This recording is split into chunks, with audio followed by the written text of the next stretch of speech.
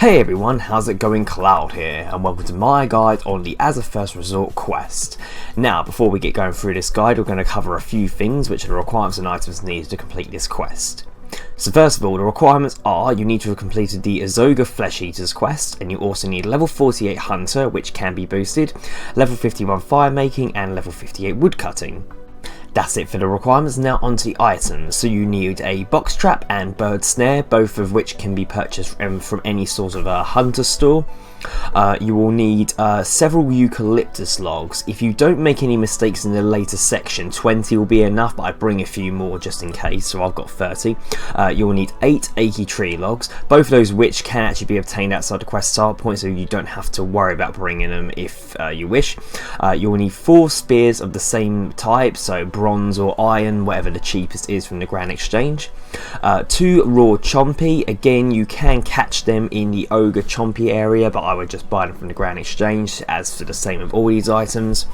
8 Stripy Feathers, which are caught from tropical wagtails or can be bought from Grand Exchange. 4 Wolf Bones, and 8 Larupia Furs. They can either be tatty or perfect, it doesn't matter which. And finally, you'll need at least 10 of the following, but I suggest to bring 15 of each. Now, you can find these outside of the quest start point area, but again, I would recommend just bringing some with you, buying them from Grand Exchange. So you'll need 15 of the following: Fever Grass, Lavender, Primweed, Stinkbloom, and Tansymum. So that's all of the items. Now obviously there's quite a lot there, and as you can see on my screen, a lot of them are noted at the moment. Now there is a bank you can use during the quest, so I will tell you at each specific part what of those items you'll want unnoted, so don't worry about that too much at the moment. Just make sure you've got sort of the whole collection with you, and then I will tell you what items for each particular part. Anyways, that's it for the requirements and items. Now onto the quest starting point. So we are currently just outside Uglog, which is directly south of Yanil, and there's also a lodestone literally just outside where we are now, and that is the quickest way to get there. It's the Uglog lodestone. Obviously, if you haven't unlocked it for the first time before, what you would have to do is travel to Yanil, so obviously via the Yanil lodestone or Castle Wars teleport, and then head south to that direction there, but hopefully most of you have done that. Anyways, once you're at the Uglog lodestone, you want to go inside and speak to Chief Tess, the Ogress, and she'll tell you that she cannot open her business for customers until the bossy lady at the bank allows her to do so. So what we're going to do is offer to help, and the chief will ask you to speak with Balnia, who is the human lady in the Ogre's village bank. Balnia has promised the Ogres shiny pretties in exchange for letting her set up the spot in the city. So you want to enter the bank, which is across the path from the chief hut, and speak to the woman, and after a long dialogue filled with business talk, she'll ask you to turn Uglog into a health spa. Agree, and she sends you to help the first village chef set up a spit and cooking fire. This will also open the bank in Uglog, so you can now start using this to turn your noted items into unnoted for the relevant sections.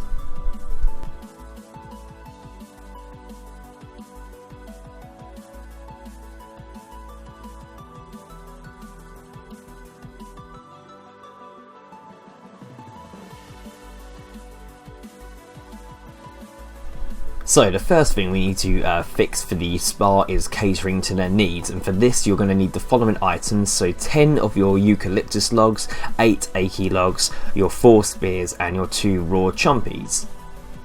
So when you have them in your inventory unnoted, you want to go speak to Ogre Cook Sharga, who is just north of the bank, and she'll tell you she needs a big fire with lots of logs to cook chompy. Agree to get the logs for her, and then hand over the 8 achy logs and 10 eucalyptus logs. You want to lay the logs in the pit to set up an unlit stove. Then speak with her again, and she'll tell you that she wants big long spears to cook the chompies on, so you'll now want to hand over your 4 spears to be used as spits, and then talk to her once more, and you would like to give the 4 spears. You'll have to hang them over the trees, over the logs, and again she'll then require you for the last bit, which is the 2 chompy birds. So fetch her the raw chompy birds and stick them on the spears. Finally, talk to her again, and she'll now instruct you to light the fire. Do so, and then you'll just need to speak to her one last time to finish the first task and set up the catering services. So the next part is to help with the hotels, and you'll want to have your 8 stripy feathers for this part.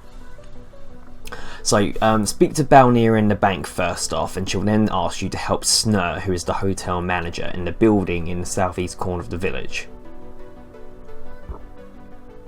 Speak to her and she'll inform you that the pillows in the hotel are made of raw meat, the softest thing she could find. Advise her to use feathers instead of meat, and when she agrees she'll ask you to get her Stripy Feathers, so you should have them with you. Hand over the 8 Stripy Feathers from the tropical wagtails and she can use them to make the pillows, and then you want to return to Balnir for the next task.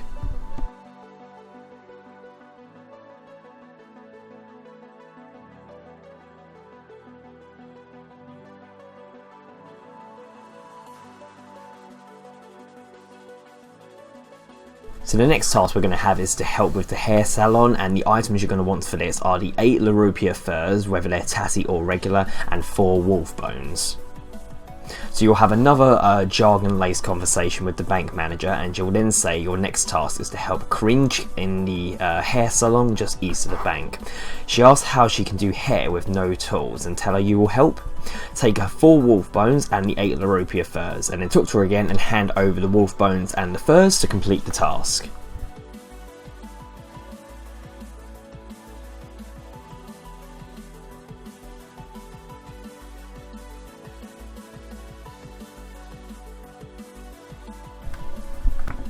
So this next part is probably the most trickiest part of the whole quest, but if you follow my instructions you shouldn't have any problems. So what you're going to need are 16 Eucalyptus Logs, and you're going to need 7 each of the 5 types of herb, and that should be the maximum you'll require if you follow the method correctly. But obviously again you can nip back and forth from the bank, so don't worry obviously about bringing loads of you in one go. So speak to Balnir a 4th time and she'll tell you to go help Sigurd, who is in the hut northeast of the bank. So talk to her and she'll tell you to clear the flying bugs from the 5 spar pools by lighting fires in the fire pits next to each pool. For each type of bug you need to burn a eucalyptus log and a specific plant to keep the swarm away, and Sigurd has placed stones beside each fire pit to help her remember what to burn. So what is currently the correct thing to do the relevant rock? So if it's just a brown rock, you just want the standard log on its own. If it's a green rock, you want to add fever grass. If it's a red sphere, you want to add primweed. If it's yellow, you want to add Tansymum. If it's orange, you want to add Stinkbloom. And if it's purple, you want to add Lavender. So pretty easy to remember that bit, as it's relevant to the actual colour of the plant. So place the logs and the plants that match the stones in the fire pit and light them. You'll quickly notice that something's not right. The bugs are still hovering over the pool and a mischievous ogre child is laughing. So you want to return to Sigurd and speak with her, and she says that the ogre children must have mixed up the stones, so you'll now need to discover which plants the mixed up stones represent.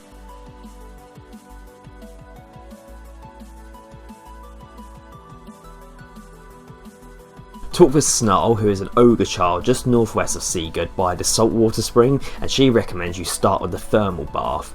So you want to head northeast to the thermal bath. Now which stones match which plants is different for each player. Discover the new relationships through the process of elimination, and then you can learn what stone represents what plant and make a note of the match so you don't have to figure it out again. Each combination only requires 2 plants and 1 eucalyptus log except for the Bandos pool. So like I said, you're going to want to note down what ones actually work whilst you start doing this, because you're going to need to remember for all the polls, otherwise you're going to end up getting them mixed up. So make sure you can either just use the chat screen like I have to make a note, or just with Notepad on your computer or anything like that. So to begin, examine the pile of stones next to the one on the pools, and then place the logs and one of the plants in the fire pit and light them. If you get the message the fire has a pungent aroma but doesn't seem to affect the insects, you then want to add more logs and a different plant to the fire pit and light them. So obviously fresh logs are required for each attempt, otherwise you'll not disperse the insects. So like I said, start with the thermal bath, which is the green one, and figure out which plant is required to disperse the insects. So obviously keep cycling through all the plants until the one actually drives the flies away, and then remember that for that bath. So you'll see for on my screen my correct solution. So obviously there was 2 rocks, the brown rock obviously for the logs, and then the yellow rock. So the yellow rock actually meant the lavender plant. So any yellow rocks that I find on any of the other pools will mean I have to use lavender, and you'll see I've made a note on that. So you guys want to do exactly the same. So whatever herb matched yellow rock, make a note on that one.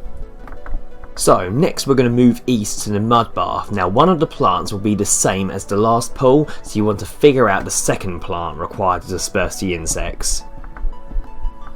So obviously at this pool you've got the brown rock, which is the standard eucalyptus log, and the yellow log, which for me was lavender, so I just need to figure out what the red rock is, and again obviously you need to use the respective plants. So after a bit of trial and error I discovered that Stinkbloom was the red rock, so obviously now I've made note that lavender is yellow and Stinkbloom is red. So again you guys make note on whatever plant was for that coloured rock. So next we're going to move to the saltwater spring. The second plant from the mud bath is needed here, so now you want to figure out the second plant used to disperse the rest of the insects. So again, here at this pool there's 3 rocks, the brown, the red and the green. I obviously know the brown is for the logs, the red is for Stinkbloom, it's the herb for me, so I just now need to work out what the green one is. Again, going through trial and error. So again, after going through the remaining herbs that I hadn't already used, I've discovered that fever grass is for the green rocks for myself. So again, I've made note on that. So for you guys, whatever herb that was, make a note on the green rock. So now we want to make our way to the Sulfur Spring. So the second plant from the saltwater spring is needed here. So for this pool you've got the normal brown rock for the logs, the green rocks to whatever herb you pick for green, which for me was fever grass, obviously used on that, and then you just got to work out what the purple rock is. And again, after cycling between the last of the 2 remaining herbs, the primrose ended up being the purple rock for myself. And now lastly, we want to make our way to the bandust pool. So there are 3 plants required here, though by now all but 1 stone and plant should have been paired up. So it should be whatever herb you didn't use, should be whatever the last colour is here.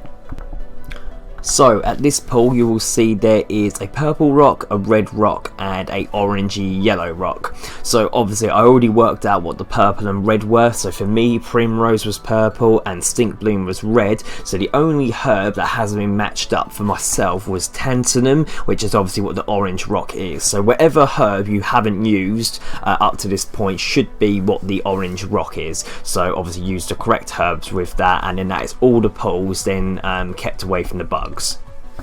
So if you follow that method that I've talked you through there, you shouldn't bump into any problems. Just like I said, make sure you do take note of what the correct coloured rocks are, like relevant for the herb, so you don't forget, otherwise you're going to end up having to sort of go through more plants than necessary to be able to work it out. So once you've dispersed all the bugs, you want to go speak to Seagood again and then return back to Balnia in the bank.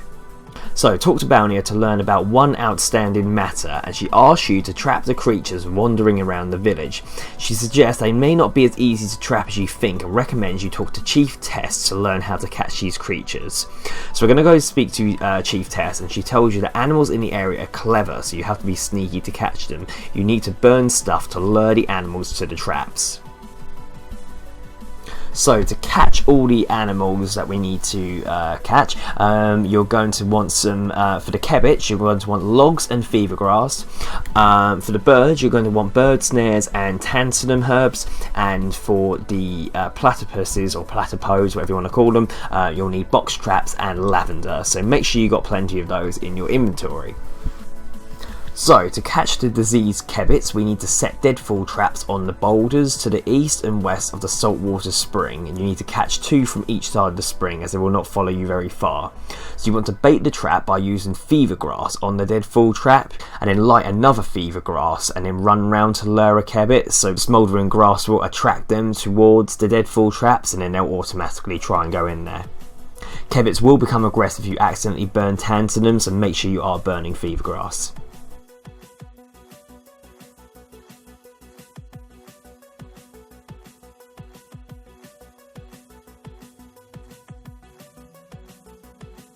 So once you have got rid of all the kebits, you then want to get ready to get rid of the birds. So to clear Eucalyptus of the wimpy birds, you need to set a bird snare in the area west of the bank, and then light a Tansymum flower and run round to attract the birds to the snare, and there's 5 wimpy birds to catch in total. Wimpy birds will become aggressive if you burn fever grass near them, so be careful. So similar to like what you did with the kebits, just keep lighting the herbs to get it towards the bird snare, and then eventually you will catch all of them.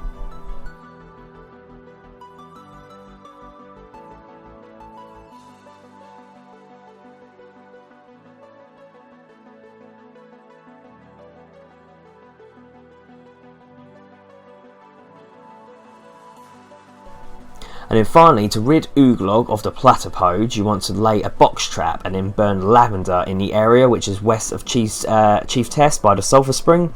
So once you catch one, check the shaking box to put the platypus in your inventory, and it will have a different name because there's a family of them, and you want to keep doing it until you've caught the whole family, so Patrick, Peanut, Penelope and Peter. You then want to go to the northeast corner of the village with them, which is by the coast within Eucalyptus, and release the platypodes near the bushes. Each released platypus will give you a casket and an oyster. And then once you've finally caught all the creatures, you want to return to Balnea one last time, and a cutscene will take place with the grand opening of the spa.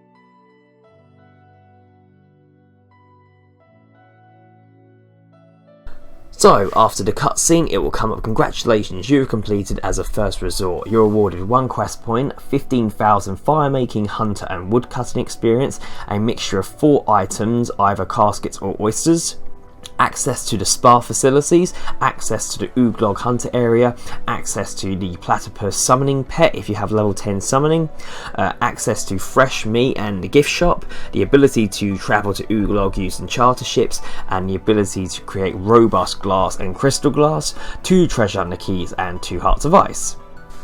So overall, not a really difficult quest. The only long part is really the bit where you have to clear the flies away from the spa pools, because obviously you have to find out what the correct order is in terms of coloured rocks and herbs, but like I said, as long as you follow my instructions for that part, you shouldn't have much trouble.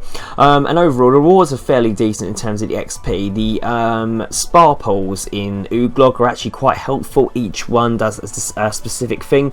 So you've got the Bandos pool, which is the strange copper infused waters, and the Bandos pool will mark you as a follower of Bandos, and none of his followers will attack you in the God Wars dungeon, and that lasts for 1 hour, so that's quite handy. Then you don't have to bring any Bandos items with you. You have the Sulfur Spring, which is like the yellowy one, and the Sulfur Spring will temporarily boost prayer by about 10% of the prayer's level as it restores prayer points. You have the Saltwater Spring. The Saltwater Spring allows for unlimited run energy by restoring the run to 100% every second or so for a limited amount of time, and you'll get an in-game message that the effect is worn off, and it will approximately last 10 to 25 minutes depending on your agility level. So it's quite useful for extended run errands such as treasure trails, farming runs, all that kind of thing really. The Thermal Bath cures and gives temporary immunity from the effects of poison for 1 hour and boosts your life points by 3%. And then the Mud Bath boosts the player's hunter level, making them more likely to catch hunter creatures. The boost will not stack with the boost from a hunter potion. And depending on your level, depends on what kind of boost you get. So if you're level 45 to 60, you'll get a +7 boost. If you're level 61 to 80, you'll get a +8 boost. And if you're level 81 to 99, you'll get a +9 boost. So yeah, they're fairly handy. The most handy one out of the lot is probably the Bandos pool, actually. It just makes help killing Bandos a lot easier if you do regularly go to God Wars. But yeah, I don't think you'll run into problems following my guide. However, if you do get stuck at all, leave a comment in the comment section below and I'll help you out as best I can. If not, thank you for watching. Please make sure you like, favourite, comment, subscribe, and don't forget to share with your friends. Cheers everyone, bye bye.